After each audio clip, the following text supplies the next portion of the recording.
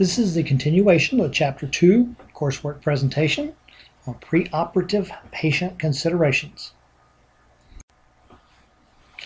Last week we spent a lot of time going through catheter placement.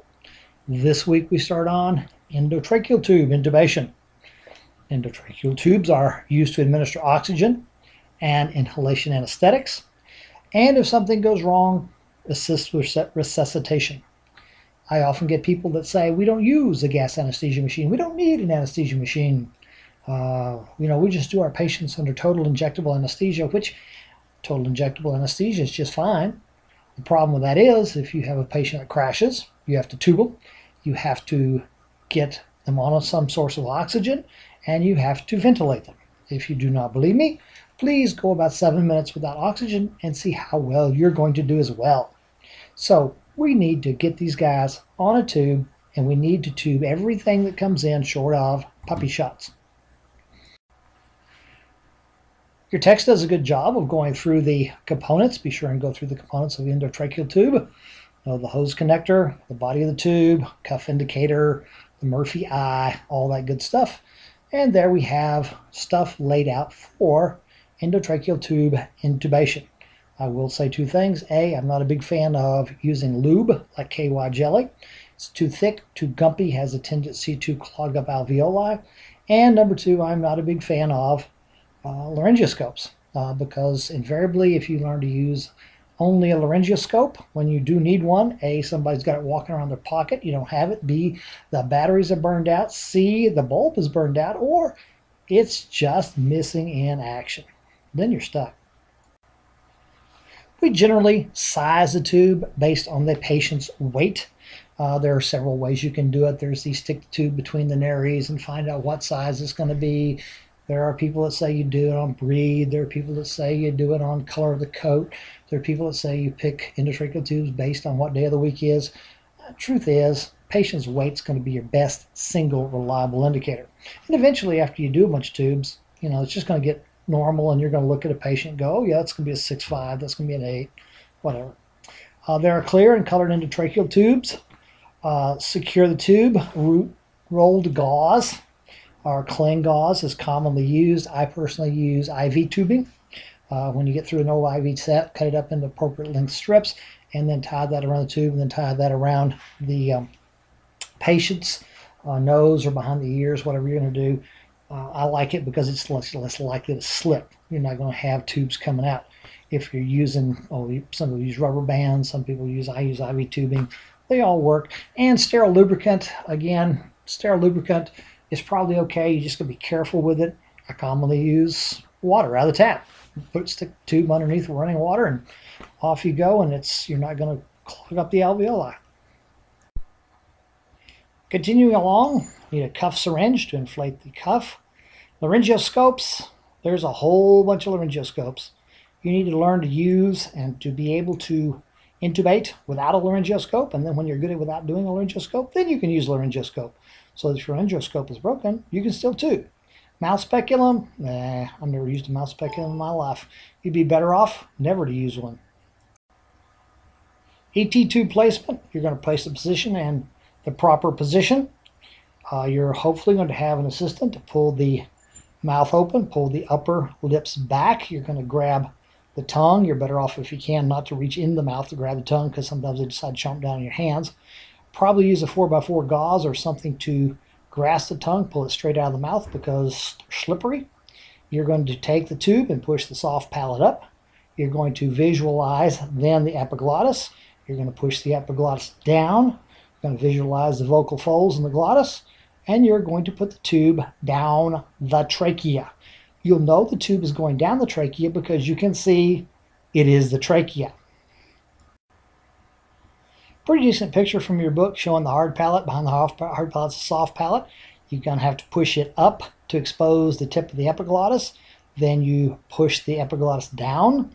And if you look at that second picture, the epiglottis is pushed down. You can then slide the tube around the glottis through the vocal folds into the trachea itself. Proper positioning means sternal recumbency. If you're going to use a mouth speculum, that's fine. They end up, in my book, causing more problems than they solve. So, if you're using the speculum, fine, you'd be happier to learn to do without it. Pull the tongue out, push the soft palate up, push the epiglottis down, visualize the glottis, pass the tube through the vocal folds, the glottis, secure the tube, which means hang on, because usually as soon as you pass that tube, they're going to go, and they're going to spit it across the room. So do that, and then leave the speculum in place if you're using the speculum. In most cases, you're going to have two people to do it, and this is what it's going to look like. The restrainer holds the patient in place. They've got the jaw pulled back. They've got the they've got the lips pulled back so you can see. The restrainer does not grasp the patient's tongue. That's stupid. You grasp the patient's tongue because that then gives you a handle to move and to manipulate the mouth. You can pull the tongue out, you can pull the tongue over, you can move the I don't know where they get this stuff, but yeah, all your restrainer should do is hold, make sure the patient's external, make sure the neck and head are extended, pull the lips back, hold it back, you grasp the tongue, you're in control. You're robbing this train. You need to make sure you got control. Again, same story, using a laryngoscope. Oh my gosh, the batteries are dead. Oh no, the light bulb went out. Well, there is a wonderful instrument called a pen light. They're cheap. You can keep about 6 of them in your pocket. And if you have to use a pen light or use an overhead ambient light, then you can use those. The joy of a pen light is you can stick it in your mouth between your teeth and you can move your head to see exactly what you want. And your hands are free. What a thought. And then you hold that bottom tongue. All right. Now, if this was being done properly, you'd have a pen light or an overhead light. You'd see in the back of the throat. You'd have it manipulated. You would have the grasp of that tongue. And then you would have your tube, soft palate up, epiglottis down, visualize the laryngeal folds, stick it right down there. You can see down the trachea. There's no doubt where it's going. It's like if you're driving across the country and you want to drive to Cleveland and you get to this town and outside that says, "Welcome to Cleveland." You're probably in Cleveland, okay? If you open it all up and you see the trachea and you put the tube down the trachea, you're going to be in the trachea. Once you have passed the tube, what you need to do is to get that dog laying in lateral recumbency. Hold on to the tube at all costs so it doesn't go shooting across the room the first time they go, Then lay the dog lateral. You lay the dog lateral because they breathe well lateral. They don't particularly breathe well in sternal recumbency. You want them down so they're breathing. If you don't believe me, again, go 5 minutes without breathing and see how your life feels. Not good, okay? Lay them lateral. Then, and only then, do you hook them up to the oxygen. Let's see, which is more important? Having tube around or gauze around the tube or breathing oxygen? Go 5 minutes without oxygen. You'll have your obvious answer. Once they are lateral, once you have hooked them up to oxygen, you can then have your assistant hold the tube in place. Once they're held, the tube is in place, they're breathing oxygen. If you want to turn on the gas, if there's a light, then turn on the gas. I'll tell you how much gas to use later, okay? Then and only then do you make sure they're in. Well, for me, if I saw the tube go down the trachea and it hasn't come out of the trachea, I know I'm in the trachea. That cough reflex is good. Seeing the fogging in the tube is good. Blowing gauze or hair, some people will put a piece of gauze up in front of the tube and press on the chest to see if there's air coming out. Well, hell, if you put it in the right place to begin with, you don't worry about it. Air movement coming out of the tube, because a lot of times they're and you can feel the air come out. Palpate, if you palpate 2 tubes, and obviously one's the trachea and one's the tube in the esophagus. Just put it in the trachea and be done with it. Confirm placement before the patient is connected to the anesthesia machine. That's quackery. I'll tell you right now, that's quackery. There is no harm in putting that patient on the tube and on the machine and actually getting oxygen. Okay? They're desaturating their whole time. Their myocardium is becoming hypoxic. They are in imminent danger of going into some sort of arrhythmia or arrest. And you're thinking, well, let's place the tube and make sure it's correct. Let's let them die before I put them on oxygen. Get them on oxygen. This is quackery and your book is full of it. and this is one of the few places I really disagree with this book, get them on oxygen. If you need to, if they're real light, you can go ahead and turn them on, your ISO or your SEVO. But then and only then do you secure the tube.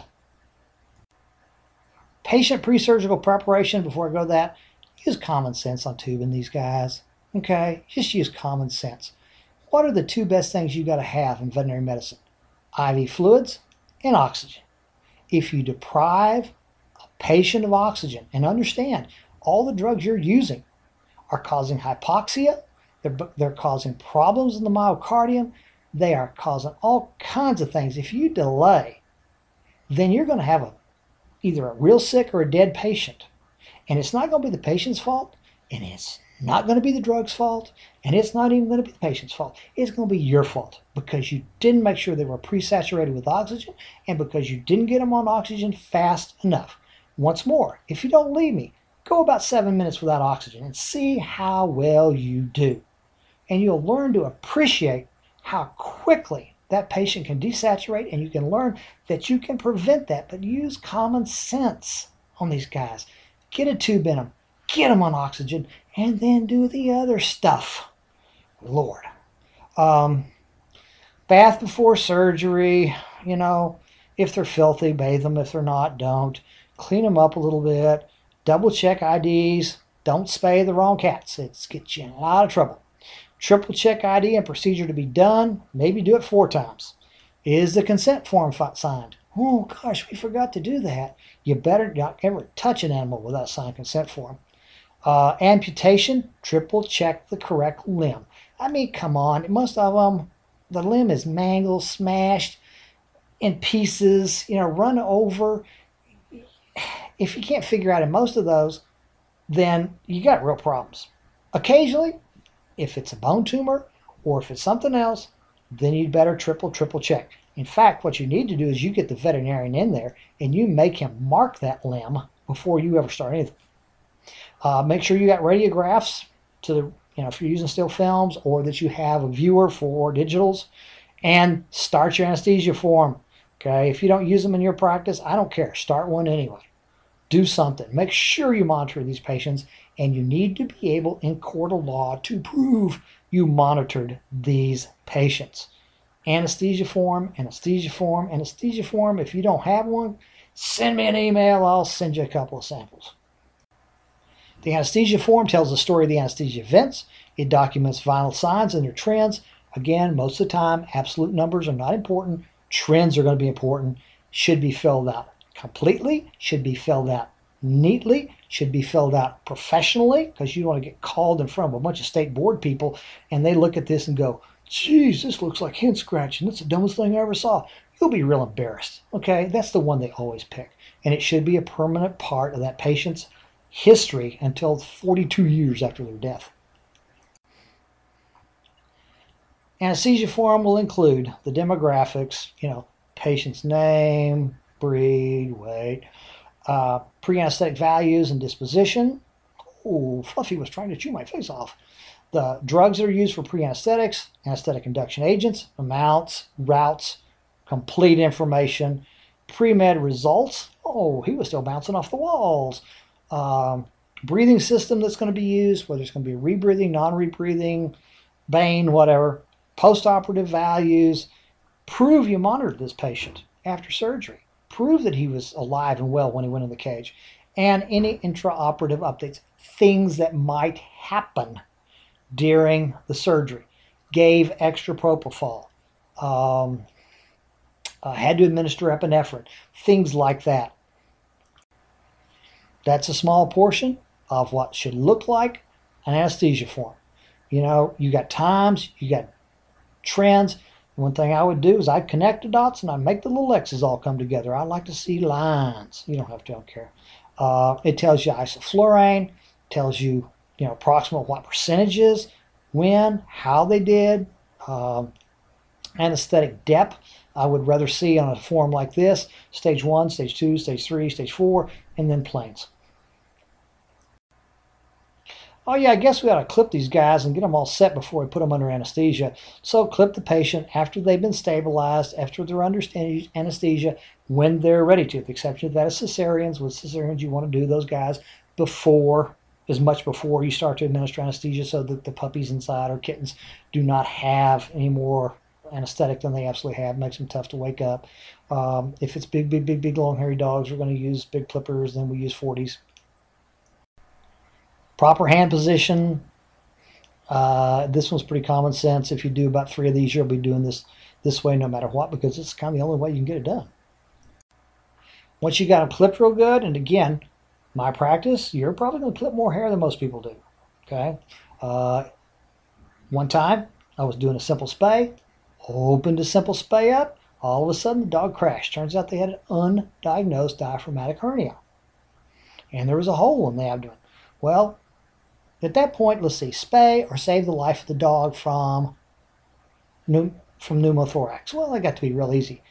If you have, the hair will grow back, but if something goes wrong and you have to open it up bigger, you find, and you will find things even on spays that you didn't expect to find, or any intra-abdominal procedure. Make sure you've got a liberal area clipped and prepped. It will grow back. If the owners don't like it, too bad. They can go somewhere else where people practice second-rate medicine. Vacuum the hair up, however you're using that, shop vacs or dust busters. Express the urinary bladder. Do not rupture the urinary bladder. Express the urinary bladder. Then we're going to use a scrub when it's dirt free and all that kind of. And sometimes they're so filthy. Some of these guys, you just wipe them down with a wet washcloth or rag or something. Then you start the products. You can use either the iodine based or the chlorhexidine. I like the chlorhexidine better because exposure to iodine over long periods of time has been indicated as a secondary cause of Graves' disease in humans. Use gloves. Put your gloves on for this. Keep your crud off the patient. Then use whatever rinsing agents are indicated. If you're using lasers, probably alcohol is not a good idea. Use applicators. Applicators are really good. A lot of the human scrub kits come with good applicators. If you can use sterile applicators, they're great. And then again, for male dogs, for neuters and those kind of procedures around the penis and prepuce, special precautions need to be taken. Patterns for scrubbing. A lot of people like the front and back. Some people use a target. It's all right, doesn't matter. Orthopedics, there are special procedures for orthopedics. With orthopedics, you almost always have to, wrap the leg, suspend it, hang it, and scrub it with holding up in the air. Perineal procedures around the anus and possibly the vulva. Sometimes, if you're going to be in that area, surgeons will go ahead and put in a purse string suture.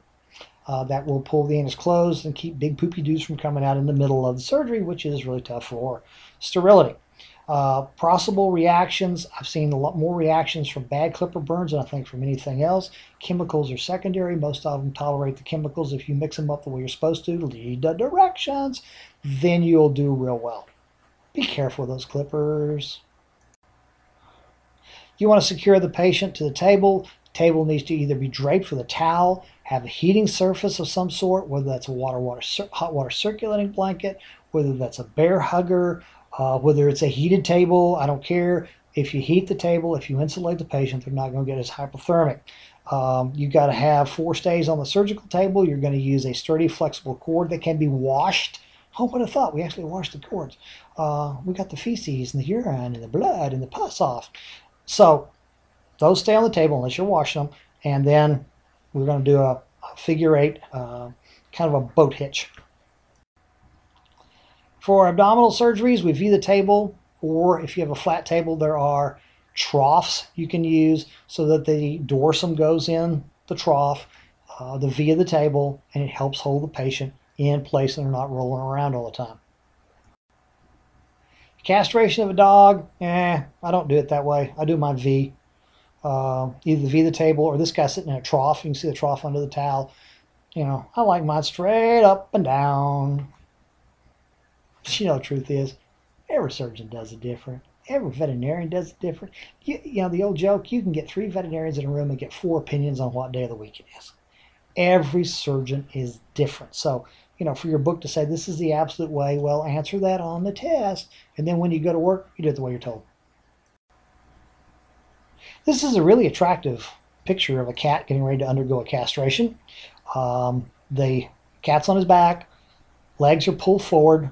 Quite frankly, most of the time, it takes so little time. You don't time. You just have somebody hold them. You either pluck or you shave or clip the scrotum. There are advantages and disadvantages to both. I'm tend to pluck them or have my technician pluck them because clippers on that fine, thin skin around that scrotum of the cat does a lot of damage. Plucking them seems to be much less irritation when you get through. You prep them. A lot of people don't even put a drape on. A drape would be nice, or even some Huck towels to keep the area clean. But you pull it on the back, pull the legs up, get the tail out of the way, go to town.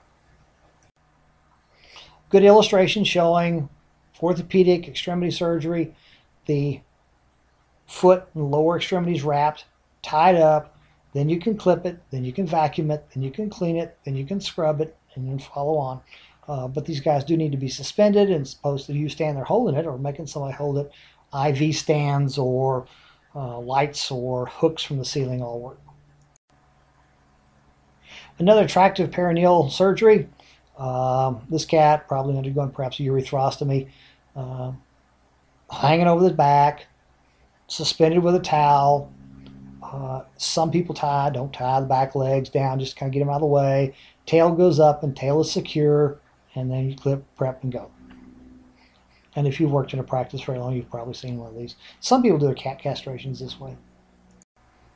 For back surgeries, this is obviously a stuffed animal that has thrown his back out. Perhaps they're going to have a laminectomy or hemilaminectomy or full laminectomy, dorsal laminectomy. This is a good position for them. Again, back surgeons, perhaps, and orthopedic guys, neuros, are more particular about how they want their patients positioned. So this is a good starting point, and from there they're going to tell you how they really want it. And your final sterile prep is to put on solutions. A lot of people call them paints. You see a lot, perhaps more in human medicine and veterinary medicine. Iodine, tainted iodine solutions, chlorhexidine solutions. There's several you can use. You're going to use whatever they say. Important thing is, because I believe it's a test question, to remember that the final sterile prep is to paint the site. And maintain patient's body temperature. We talked about this before. Circulating warm water blankets work good. Warm air convection blankets like bear huggers work great. A lot of the tables have built-in heating coils. Microwave, you can put fluids in microwave, heat them up. They make good hot water bottles. There's all kinds of ways to do it. One thing you never use is a plain old heating pad that will scorch your patient and burn them. So stay away from that stuff. That's going to wrap up this part. We're going to pick up with new stuff next week and jump into some interesting stuff. Or at least I think it's interesting.